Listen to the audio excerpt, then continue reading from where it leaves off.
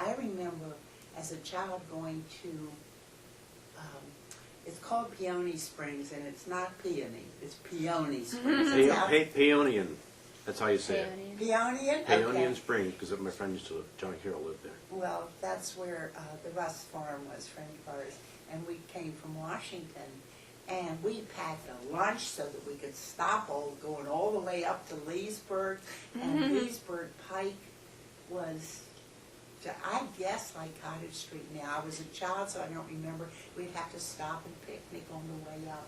So I think that the road, the infrastructure has changed everything for Vienna and every place. And I know when I was, when my kids were at Vienna Elementary, I was on on one of the boards there, and they had someone, a town planner, come from outside of the town of Vienna, but Fairfax County, and he said that Center Street and 123 eventually would be the absolute center of commerce for Fairfax County.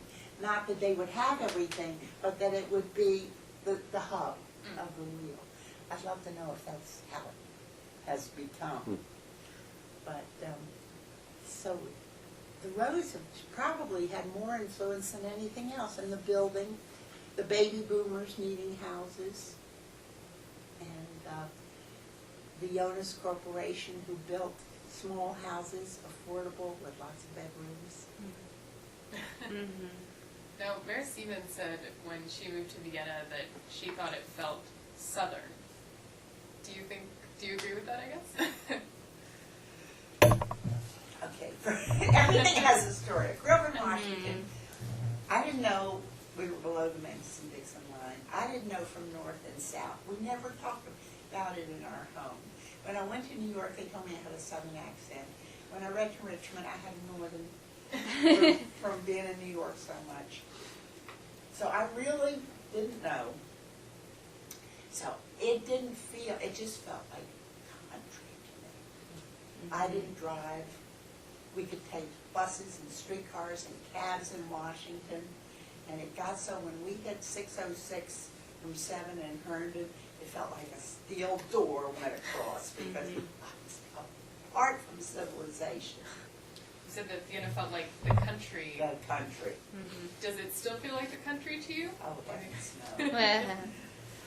And there's a lot of talk about how people are in and out. The military come, they stay 3 years, they go, and so forth. But there is a core in Vienna that, well, David's sons are still friendly with their kindergarten buddies, and they've grown up together.